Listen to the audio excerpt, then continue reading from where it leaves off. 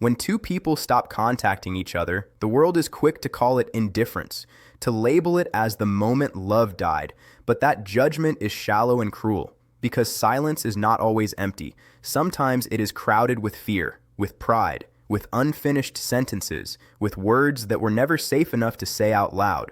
Two people can care deeply and still choose quiet, not because their hearts are cold, but because their nervous systems are tired of being on edge, tired of missteps, tired of feeling like every expression of need might push the other person further away.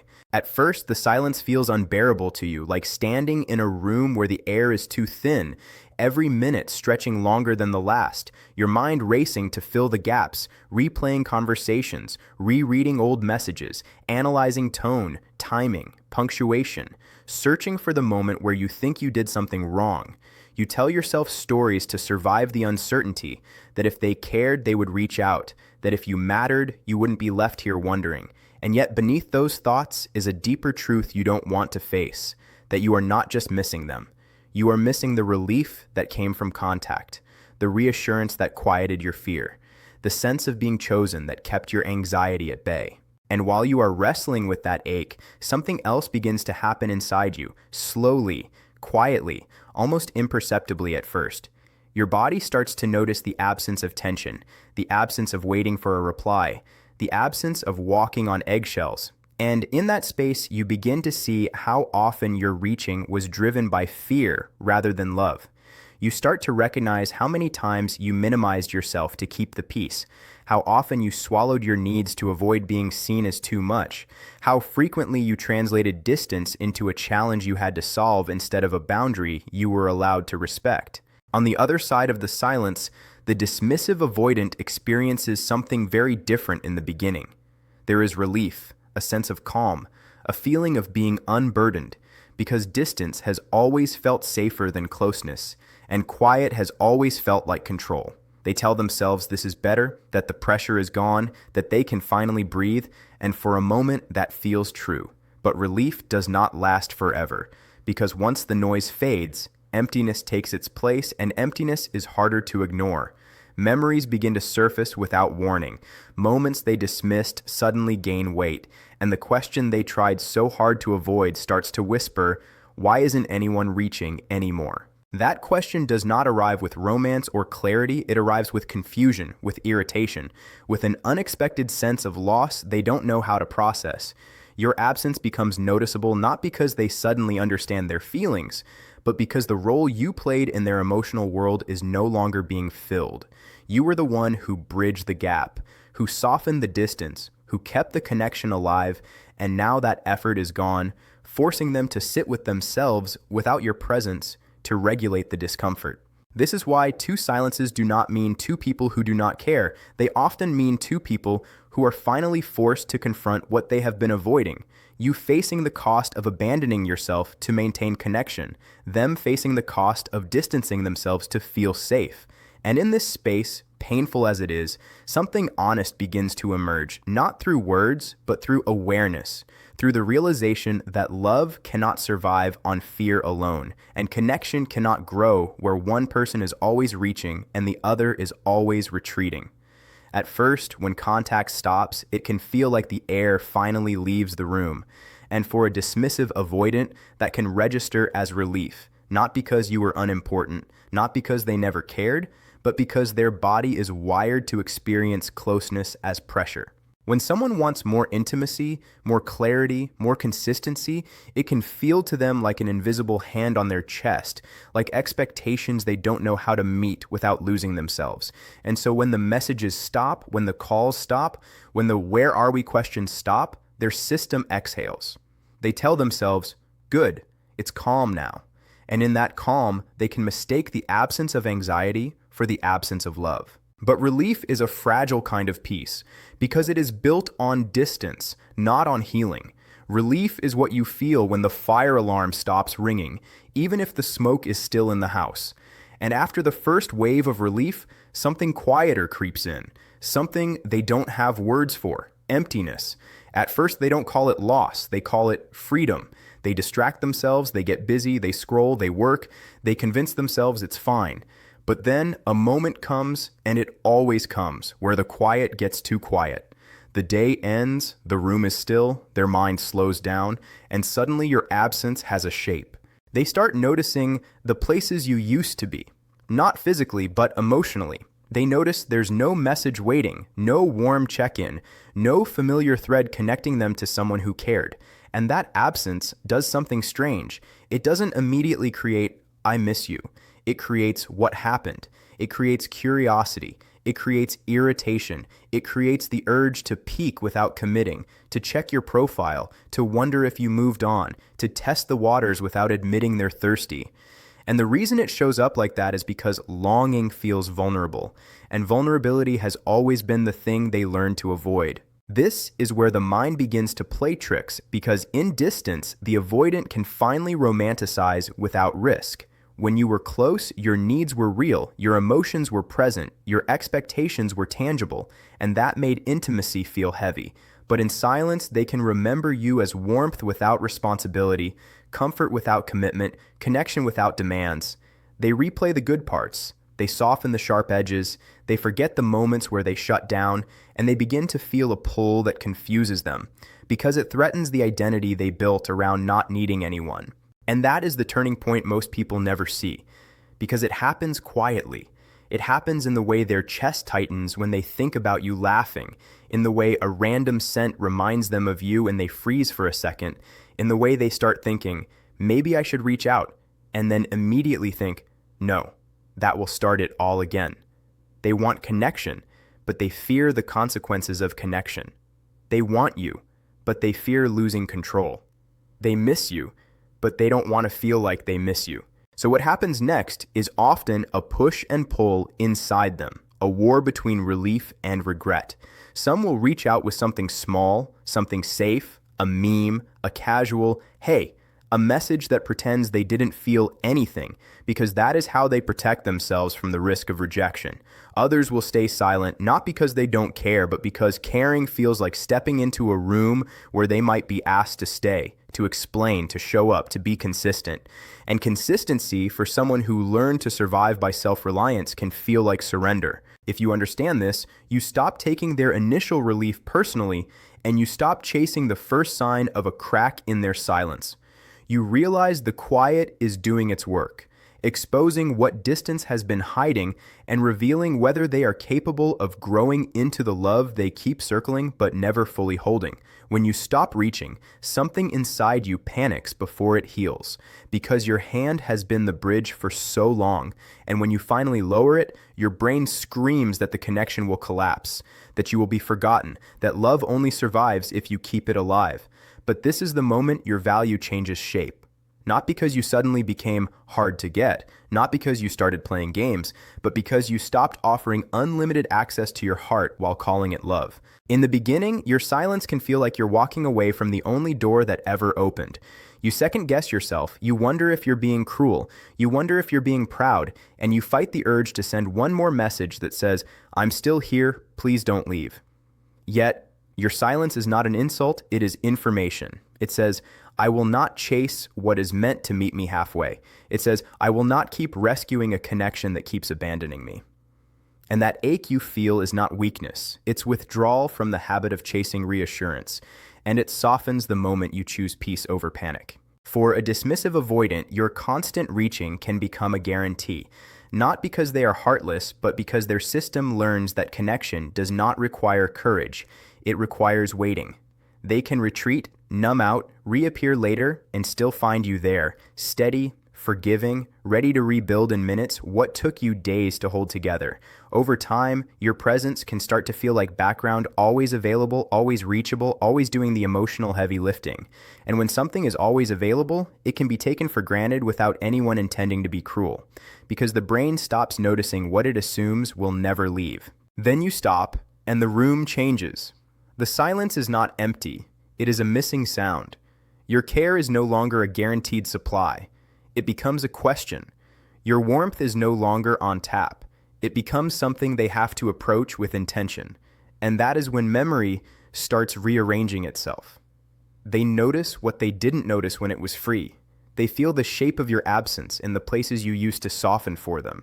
where you forgave quickly, where you explained gently, where you stayed kind even while your chest was tight with confusion. Your value stops being available and starts being missing. And missing is what forces the mind to pay attention, because absence creates contrast, and contrast creates truth. If they detach when closeness feels scary, your silence becomes a mirror reflecting a reality they tried to avoid, that you are a whole person, capable of leaving, capable of choosing yourself, capable of not waiting forever. Your value shifts from always there to at risk of being lost. And what is at risk finally gets their attention. But here's the part you must protect. Your silence is not a test. It is a boundary. You are not stopping contact to make them suffer. You are stopping contact to stop bleeding your dignity into messages that never receive the same care back. So, when the urge rises, when your fingers hover over the screen, remember what silence is building. It is building self-respect. It is building calm. It is building the kind of energy that says, if you come back, it must be with clarity, with effort, with honesty, because you are not asking for perfection, you are asking for presence, and you are learning to treat your heart like something sacred. Your silence is not a tactic. It is not a little chess move you make to win someone back. It is not a performance designed to trigger panic in another person, because if the only way you can receive love is by manipulating fear, then what you receive isn't love. It's a reaction. And I know you've been taught, directly or indirectly, that if you pull away, they'll come running. That if you disappear, they'll finally see your value. But listen, you don't want to be chosen out of anxiety. You want to be chosen out of clarity. You don't want someone's sudden message because they felt lonely for an hour. You want someone who knows what you mean to them when the room is quiet, when life is busy, when there's no drama to wake their heart up. A boundary is the moment you stop negotiating your dignity. It's the moment you say, I can care about you without chasing you. It's the moment you admit, maybe for the first time, that your peace matters more than your urge to fix what someone else won't face. Because for so long, your love has been loud, your effort has been constant, your patience has been endless, and the cost of that is you started to believe that love equals proving, that connection equals convincing, that your place in someone's life is something you have to earn every week, every month, every time they pull away. And the truth is, you didn't just lose them in those moments, you lost yourself, little by little, every time you abandoned your own needs to keep the bond alive. When you stop contacting them, your body may shake with guilt because you confuse boundaries with punishment. You think, if I don't reach out, I'm being cold. But you're not being cold, you're being honest. You are finally refusing to carry a relationship on your back like it's your job to keep it breathing. A boundary says, I won't keep sending warmth into a space that keeps giving me frost. A boundary says, I am open to love, but not to inconsistency. A boundary says, I can miss you and still respect myself. And that is the hardest kind of strength, the kind that doesn't look dramatic from the outside, but feels like standing still in a storm on the inside. For a dismissive avoidant, your constant availability can feel like pressure and comfort at the same time. Pressure because closeness asks something of them. Comfort because they know you will keep the thread alive. And when you set a boundary, they may feel it as loss, not because you're trying to hurt them, but because you're no longer making it easy to stay emotionally half present. That's why your silence can be misunderstood, even by you. You may fear it will push them away forever. But if someone can only stay when you shrink your needs, then what you had wasn't safety, it was sacrifice. Real closeness is not built on you being endlessly flexible while they remain unchanged. Real closeness is built when both people are brave enough to show up, speak honestly, and repair what breaks without disappearing.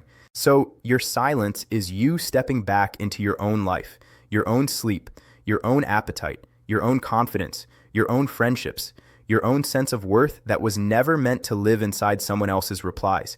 It is you saying, if we talk again, it will be because we're ready to talk like adults, with truth, with responsibility, with consistency. And if they return with breadcrumbs, you don't have to swallow them just because you're hungry. You can say with calm, I'm happy to reconnect, but I need clarity. You can love someone and still require effort. You can feel deeply and still choose boundaries, because boundaries are not walls, they are doors with locks, and the lock is your self-respect. And you decide who gets a key and who doesn't, and who has to earn it, slowly, with presence, with honesty, with steady care. What happens next is not written by fate. It is written by what you do with the space, because silence is not just an absence of contact. It is an invitation to truth. It is the moment life removes the distraction and asks, "Who are you when you're not trying to hold someone together?" And that question can feel terrifying, because part of you has made love a project, a problem to solve, a person to rescue, a connection to earn. But the truth is, you were never meant to build a relationship alone. And this space is where you finally get to see clearly what was real, what was hopeful, what was inconsistent, and what was costing you your peace. You can use the space in two ways. One way is the old way, the way that feels familiar. You keep your eyes on the phone, you wait for their name to appear, you rehearse messages in your head, you stalk signs, you interpret silence like a personal verdict. Your whole world shrinks down to a single question: will they come back? And without realizing it, you hand them the power to decide whether you have a good day or a bad day. And even if they do come back, you come back smaller, you come back hungry, you come back willing to accept less just to stop the ache. That's not love, that's survival, and it keeps you trapped in a cycle where your value is measured by someone else's attention. The other way is the brave way, the way that changes you, even if it hurts. You use the space to rebuild your center. You stop asking, "How do I get them back?" And you start asking, "Why did I tolerate what broke me?" You begin to face the patterns, the times you ignored red flags because you loved potential, the moments you over-explained because you wanted to be understood by someone who wasn't available, the nights you cried quietly because you didn't want to seem needy, the days you pretended you were fine because you feared being left. And as you face those truths, something powerful happens. You stop romanticizing inconsistency, and you start respecting your own nervous system, your own boundaries, your own dignity. And if they return, because sometimes they do, this space decides the outcome. If you use the space to grow, you will not respond like someone desperate for relief. You will respond like someone grounded. You will be warm, but you will be clear. You will not punish, but you will not beg. You will not pour your entire heart out in one message just because they cracked the door open. You will require a real conversation, not a breadcrumb. You will require consistency, not a moment of loneliness. You will require effort, not a vague miss you that disappears again when intimacy gets real. Because you will finally understand, a relationship cannot be built on occasional emotion and constant uncertainty. And if they don't return, this space still saves you. It saves you from spending years trying to convince someone to meet you where they never wanted to stand. It saves you from a love that drains you. It saves you from the slow erosion of self-worth that comes from always being the one who tries harder. It hurts, yes, because you are human, because you cared, because you imagined a future, but pain is not proof you were wrong. Pain is proof you are alive. And alive people heal, alive people learn, alive people choose better. So the next is not just about their reach out, it's about your becoming. It's about you turning your longing into wisdom. It's about you turning your silence into strength. It's about you letting this space teach you that love should feel safe, steady, and mutual, not confusing, anxious, and one-sided. And when you live from that truth, you win either way, because you either build something real with someone who is willing to show up, or you walk away with your self-respect intact and your heart still open, but no longer available to anyone who only wants it when it's convenient.